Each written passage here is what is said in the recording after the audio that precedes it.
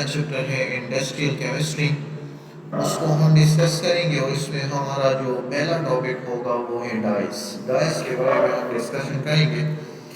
सो dice हमारे पास क्या होता है? डाइस जो है it is a natural, it is a natural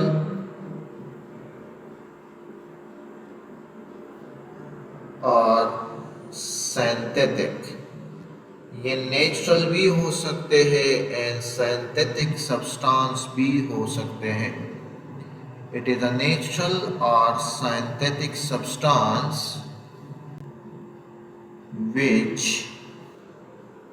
which used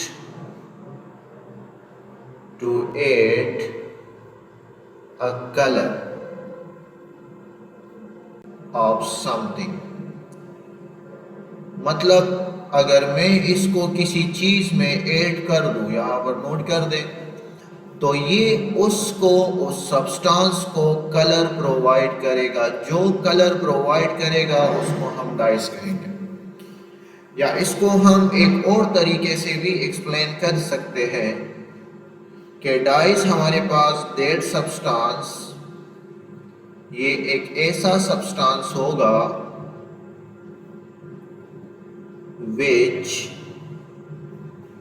which add value to the product, जो एक प्रोडक्ट की वैल्यू को इंक्रीज कर दे। डाइस अगर मैं एक ऐसे प्रोडक्ट में ऐड कर दूं जिसकी वजह से उस प्रोडक्ट की जो कॉस्ट होगी अगर वो इंक्रीज हो जाएगी तो उसको हम लोग नाम देते हैं डाइस। तो दो बातें नोट कर दें कि डाइस जो है हमारे पास कलर सब्सटेंसेस होगा और इसको अगर मैं किसी सब्सटेंस में ऐड करूंगा तो वो उस सब्सटेंस को कलर प्रोवाइड करेगा। या हमारे पास डाइस एक ऐसा सब्सटेंस होगा जो हमारे पास किसी प्रोडक्ट की वैल्यू को इंक्रीज कर देगा, उसको हम डाइस कहेंगे। ठीक है। सो डाइस जो है हमारे पास उसमें कुछ इंपॉर्टेंट, अब एमसीक्यूज नोट कर दे। अब एमसीक्यूज पॉइंट के अगर हमारे पास डाइस का रिलेटेड यहाँ पर कुछ एमसीक्यूज आ जाए। First number, it is coloured. Dyes जो है हमेशा कलर कंपाउंड होगा। Dyes is a colour compound. दूसरी बात ये नोट कर दे कि it is capable of being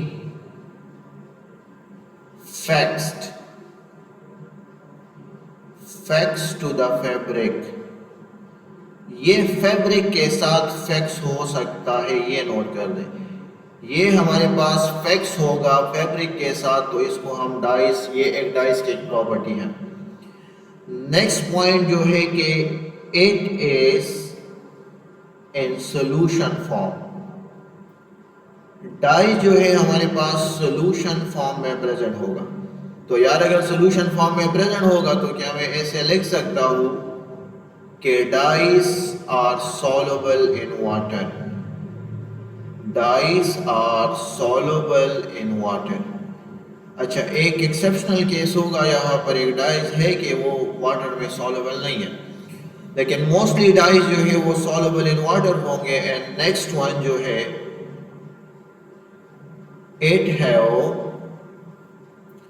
it have ability to withstand washing या ड्राई क्लीनिंग। चले, इस बात का ये मतलब है ना, जिस तरह हम लोगों ने पढ़ा कि यार ये फैब्रिक के साथ फैक्स हो सकता है, तो अगर मैं फिर उस फैब्रिक को वॉश कर दूं, उसको ड्राई कर दूं, तो ये ऐसा नहीं होगा कि वो डाई जो है उधर से ख़त्म हो जाएगी। आप लोगों अक्सर जो है वो कलर्स, आप लोग कलर्स क्लॉथ्स यूज़ करते हो, ठीक है। जब आप उसको वॉश करते हो तो उधर से तो कलर रिमूव नहीं होता ना। तो इस बात का ये मतलब होगा कि डाइज जो है, dyes it should be, dyes जो है it should be chemically stable. Dye जो है हमारे पास केमिकली जो है वो स्टेबल होगा। ये कुछ इंपॉर्टेंट पॉइंट अपने पास नोट कर दे, ठीक है। डाइस क्या है, वो कलर कंपाउंड होगा, ठीक है, कलर होगा। ये फिक्स हो सकता है फैब्रिक के साथ। डाई जो है सोल्यूशन फॉर्म में होगा, इसकी वजह से ये वाटर में सॉल्युबल होगा। और डाई जो है मस्ट भी केमिकली जो है वो स्टेबल होगा। अच्छा, नेक्स्ट जो है अगर हम डाइस की बात करें तो डाइस जो है उसके फर्दर दो ग्रुप्स उसके अंदर प्रेजेंट होती है। एक ग्रुप को हम लोग नाम देते हैं, the first one is called chromophore group. Dice में हमारे पास जो पहला ग्रुप होगा वो क्रोमोफोर ग्रुप होगा। तो चले क्रोमोफोर ग्रुप को एक्सप्लेन करते हैं कि क्रोमोफोर ग्रुप डाइस के अंदर वो कौन सा ग्रुप होता है। तो क्रोमोफोर हमारे पास एक ऐसा ग्रुप होगा, dead portion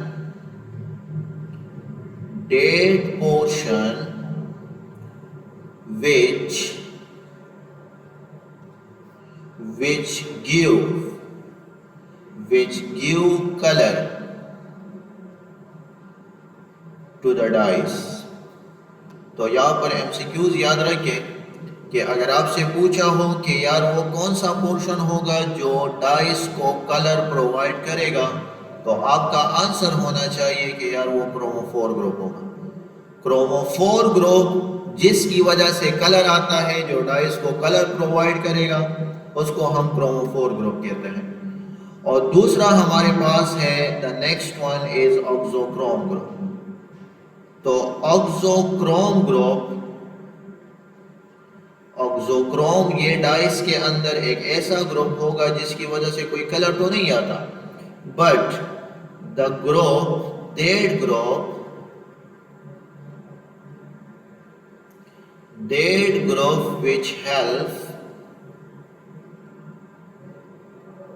which help to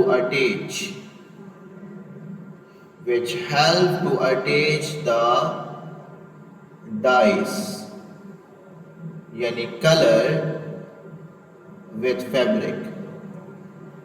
ये कलर अटैच करने में हेल्प देगा फैब्रिक के साथ। जब हम डाइस को अटैच करते हैं, अटैच करने में ये वाला ग्रुप हेल्प देगा। या ऑक्सोक्रोम जो है एक ऐसा ग्रुप होता है, इसको हम ऐसे तरीके से भी एक्सप्लेन कर सकते हैं। ये एक ऐसा ग्रुप होगा which enhance the colour property, which enhance the color property। जो कलर प्रॉपर्टी को एनहांस करे उसको हम ऑक्सोक्रोम ग्रुप कहते हैं। तो अब यहाँ पर एमसीक्यूज कैसे आ सकते हैं? यहाँ पर एमसीक्यूज ऐसे आ सकते हैं कि अगर आप लोगों से पूछा हो कि यार मुझे एग्जाम्पल ऑफ ऑक्सोक्रोम बताए, और क्रोमोफोर ग्रुप या ऑक्सोक्रोम ग्रुप के कौन कौन से एग्जाम्पल होंगे, तो क्रोमोफोर ग्रुप के आप लोगों को कुछ एग्जाम्पल याद होने चाहिए कि क्रोमोफोर एक ऐसा ग्रुप होगा जिसकी वजह से जो है वो कलर आता है, ठीक है। तो द फर्स्ट वन अगर यहाँ पर मैं लिखूँ कि नाइट्रोसो ग्रुप जो है वो क्रोमोफोर ग्रुप हो सकता है। यहाँ पर नाइट्रो ग्रुप अगर किसी कंपाउंड में होगा तो ये क्रोमोफोर ग्रुप हो सकता है। इसी तरह एजो ग्रुप जो है वो क्रोमोफोर ग्रुप हो सकता है। नेक्स्ट वन जो है वो एथाइलीन ग्रुप जो है वो क्रोमोफोर ग्रुप हो सकता है। यहाँ पर जो है वो कार्बोनाइल ग्रुप जो है वो क्रोमोफोर ग्रुप हो सकता है। और हमारे पास जो है कार्बन नाइट्रोजन ग्रुप जो है वो क्रोमोफोर ग्रुप हो सकता है। And the next one is carbon sulphur group जो है वो क्रोमोफोर ग्रुप हो सकता है। तो ये कुछ एग्जाम्पल जो है वो आप लोगों को पता होनी चाहिए कि इसकी वजह से जो है वो कलर आता है। अगर ये वाले ग्रुप मौजूद होंगे तो इसकी वजह से कलर आएगा। चले यहाँ पर नाइट्रो ग्रुप जो है नाइट्रोसो ग्रुप NO, या जो है हम इसको इस तरह भी अगर होगा तो इसको भी हम नाइट्रोसो ग्रुप कहेंगे। तो अगर ये वाला ग्रुप होगा तो इसकी वजह से कलर आ सकता है। Nitro group like NO2 group जो होगा वो नाइट्रो ग्रुप होगा। एजो ग्रुप जिसमें नाइट्रोजन नाइट्रोजन डबल बॉन्ड हो और साथ में ये फर्दर किसी के साथ कनेक्ट हो, इस ग्रुप को हम एजो ग्रुप कहते हैं। इथाइलिन ग्रुप अगर कार्बन कार्बन डबल बॉन्ड हो, carbonyl group carbon oxygen double bond हो, ठीक है। और कार्बन नाइट्रोजन इसी तरह यहाँ पर अगर कार्बन ने नाइट्रोजन के साथ ट्रिपल बॉन्ड बनाया और फिर वो फर्दर कनेक्ट हो नाइट्रोजन के साथ, ठीक है, तो इस ग्रुप को हम कार्बन नाइट्रोजन ग्रुप कहेंगे। और एक जो है वो कार्बन सल्फर ग्रुप। यार अगर ये वाले ग्रुप मौजूद होंगे तो इस ग्रुप को हम जो है नाम देंगे this is called chromophore group. तो ये सारे जो है एग्जाम्पल आपको याद होने चाहिए कि क्रोमोफोर ग्रुप कौन कौन से हैं। अच्छा, यहाँ पर हम कुछ एग्जाम्पल को डिस्कस करेंगे। द ऑक्सोक्रोम ग्रुप के एग्जाम्पल भी जो है वो आ सकते हैं। ऑक्सोक्रोम ग्रुप, ऑक्सोक्रोम ग्रुप वो वाला ग्रुप होगा जो कलर अटैचमेंट में हेल्प देगा। समझ आ गई? सो यहाँ पर अगर मैं ऑक्सोक्रोम ग्रुप की एग्जांपल देखूँ तो NR2, इसी तरह NHR, इसी तरह NH2, OH हेलोजन और इसी तरह OR। और इसी तरह ये ऑर्डर भी नोट कर दे, ये ऑर्डर है अटैचमेंट में। अगर किसी के साथ ये वाला ग्रुप अटैच हो तो ये कलर को फैब्रिक के साथ बहुत ज़्यादा टाइटली अटैच करेगा। तो ये सारे MCQs जो है वो आपको याद होने चाहिए कि ये हमारे पास क्या है, वो ऑक्सोक्रोम ग्रुप है। सो चले यहाँ पर अभी हम इसके कुछ टाइप्स को डिस्कस करेंगे। Types of dice, types of dice on the basis of chromophore group. So the first dice is nitro and nitroso dyes, nitro and nitroso dyes। so nitro and nitroso dyes, पहला MCQs point क्या याद रखने हैं आप लोगों ने कि nitro and nitroso dice में क्रोमोफोर कौन सा ग्रुप होगा। तो नाइट्रो एंड नाइट्रोसो डाइस में NO नाइट्रोसो या नाइट्रो ग्रुप जो है वो क्रोमोफोर ग्रुप होगा। इसमें ऑक्सोक्रोम कौन सा ग्रुप होगा? तो आपका आंसर होगा कि इस वाले में OH या SO3H जो है वो ऑक्सोक्रोम ग्रुप हो सकता है। और इसका अगर हम एग्जाम्पल लेके तो एग्जाम्पल जो है वो होगा नेफ्टोल, नेफ्टोल येलो S, और हमारे पास मॉर्डेंट ग्रीन जो है वो इसके एग्जाम्पल हो सकता है।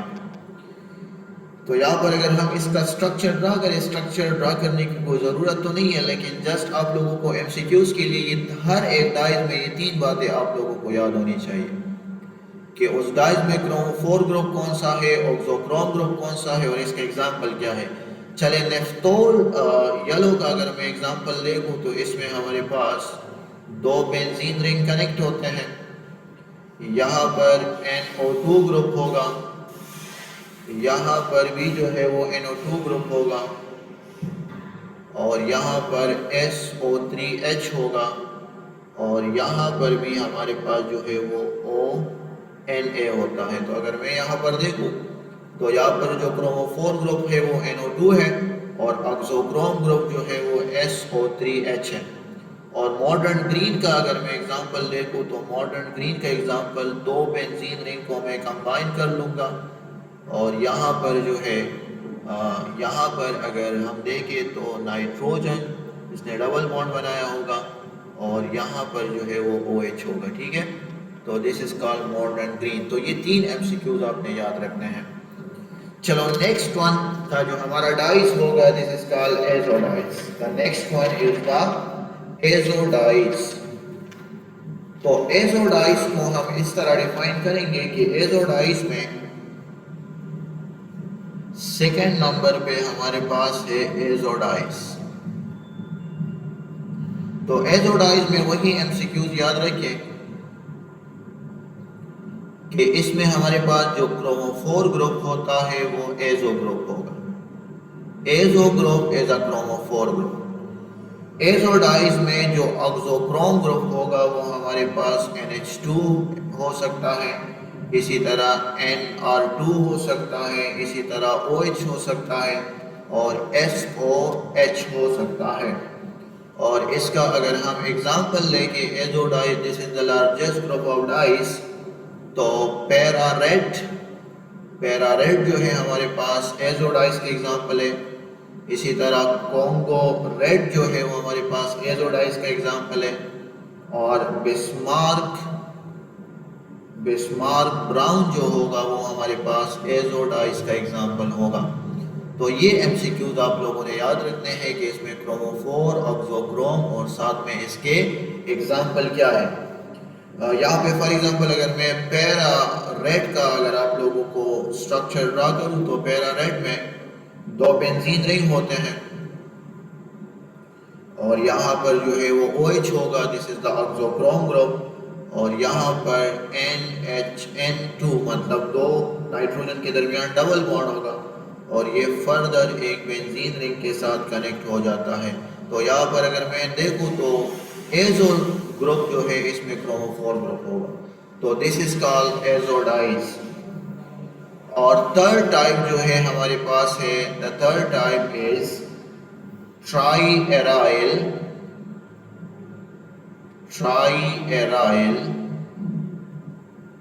Methane dyes. तो ट्राई एराइल मीथेन डाइज में हम यहाँ पे ऐसे लिख देते हैं कि सेंट्रल कार्बन जो एक कार्बन होगा, central carbon bonded with 3 aromatic ring, 3 aromatic ring के साथ कनेक्ट होता है। एंड उसमें वन जो है, वन रिंग जो है वो क्यूनॉइड होगा, वन रिंग इज क्यूनॉइड। तो एक रिंग हमारे पास क्यूनॉइड होता है, क्यूनॉइड ऐसा रिंग को कहते हैं। लाइक अगर मैं 6 मेंबर यहाँ पर लिखूं तो इस तरह शेप को हम क्यूनॉइड कहते हैं, ठीक है। तो यहाँ पर अगर एमसीक्यूज आ जाए तो नेक्स्ट एमसीक्यूज नोट कर दें कि इसमें हमारे पास जो एजोक्रोम ग्रुप होता है ना, ऑक्सोक्रोम ग्रुप, तो वो NR2 होगा, NH2 होगा और OH होगा। यहाँ पर मैं इसका एग्जांपल आप लोगों को बता देता हूँ, ट्राई एराइल मीथेन डाइज। तो एक बेंजीन रिंग यहाँ पर है, इसी तरह एक बेंजीन रिंग यहाँ पर होगा और एक जो है वो क्यूनॉइड होगा ना, तो यहाँ पर इसके साथ डबल बॉन्ड से कनेक्टेड होगा इसी तरह। और यहाँ पर भी डबल बॉन्ड होगा तो N इसके साथ पॉजिटिव चार्ज, यहाँ पर CH3 होगा और यहाँ पर भी CH3 होगा और यहाँ पर जो है वो N और CH3 यहाँ पर और CH3 यहाँ पर। तो अगर मैं देखूँ तो carbon carbon double bond, it is a ethylene group जो क्रोमोफोर ग्रुप होता है और ये हमारे पास ऑक्सोक्रोम ग्रुप होगा। And the fourth one is anthraquinoid dies.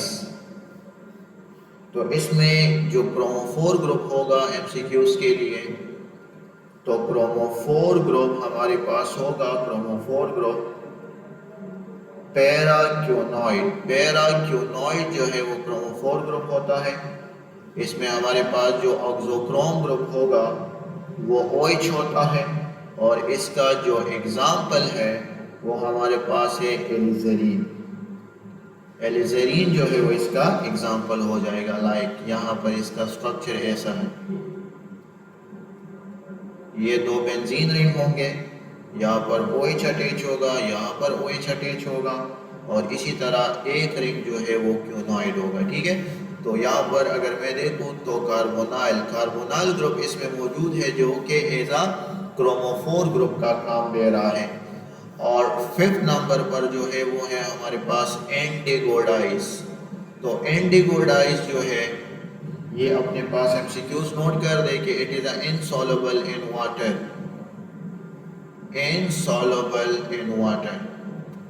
ये वाटर में इंसॉल्युबल होगा और इसमें हमारे पास जो क्रोमोफोर ग्रुप होगा वो कार्बोनाइल ग्रुप होगा, कार्बोनाइल ग्रुप। और इसी तरह इसका जो एग्जाम्पल है वो हमारे पास है इंडिगो, इंडिगो जो है वो इसका एग्जाम्पल हो जाएगा। अच्छा, यहाँ पर कुछ इंपॉर्टेंट एमसीक्यूज की तरफ आते हैं,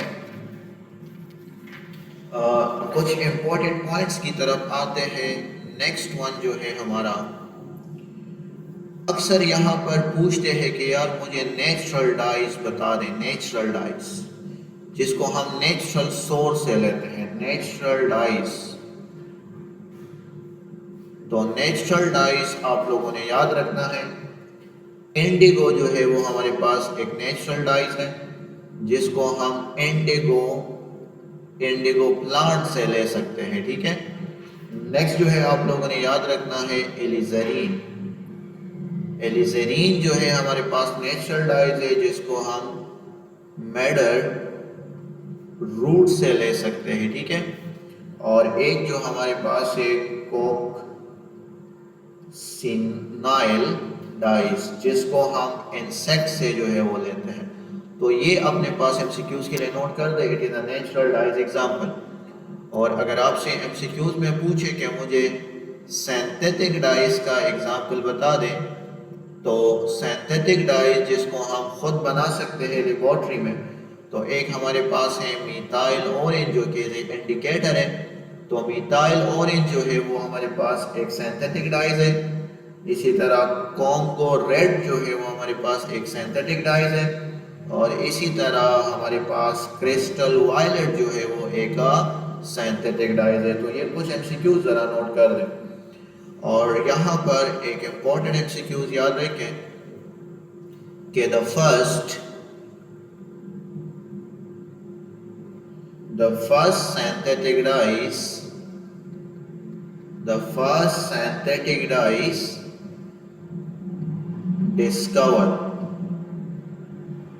discover was, तो ये आप लोगों को याद होना चाहिए, ठीक है। इसने फर्स्ट सिंथेटिक डाइज जो है वो डिस्कवर किया था। चले कुछ एमसीक्यूज की तरफ यहाँ पर आते हैं। एमसीक्यूज में अगर यहाँ पर लिखा हो फर्स्ट एमसीक्यूज, जिस तरह हम लोगों ने सारा टॉपिक को डिस्कस कर लिया, अब इस टॉपिक से रिलेटेड यहाँ पर हम कुछ एमसीक्यूज लिखते हैं कि अगर फर्स्ट एमसीक्यूज में मैं आपसे पूछूं कि व्हाट इज द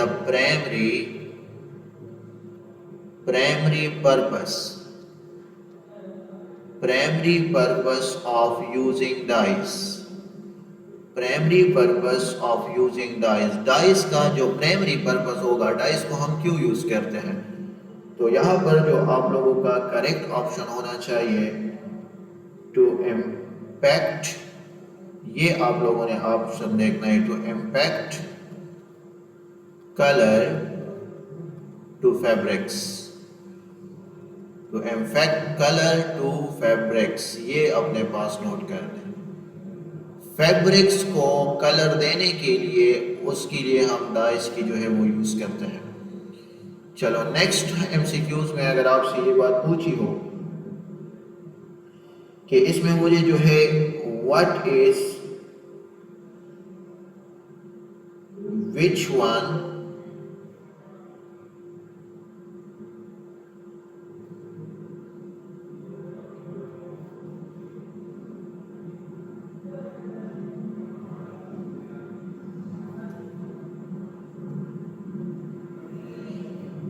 अच्छा, विच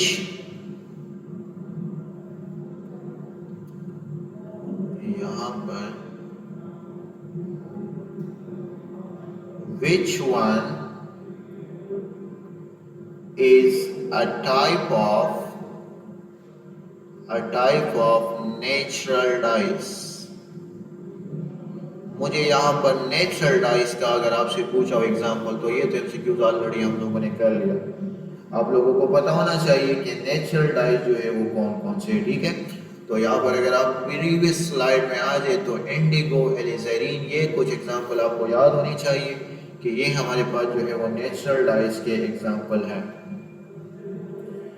चलो नेक्स्ट में यहाँ पर लिखा है कि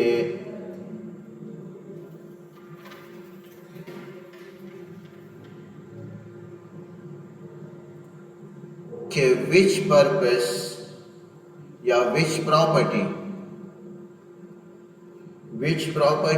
is important for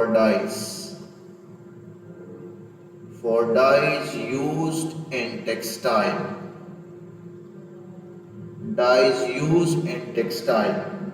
So your answer is good color fastness. ठीक है, तो यहाँ पर जो डाइज में वो कौन सी प्रॉपर्टी होनी चाहिए जिसकी वजह से हम इसको टेक्सटाइल इंडस्ट्री में यूज करते हैं, तो आप लोगों ने यहाँ पर आंसर देना है गुड कलर फास्टनेस।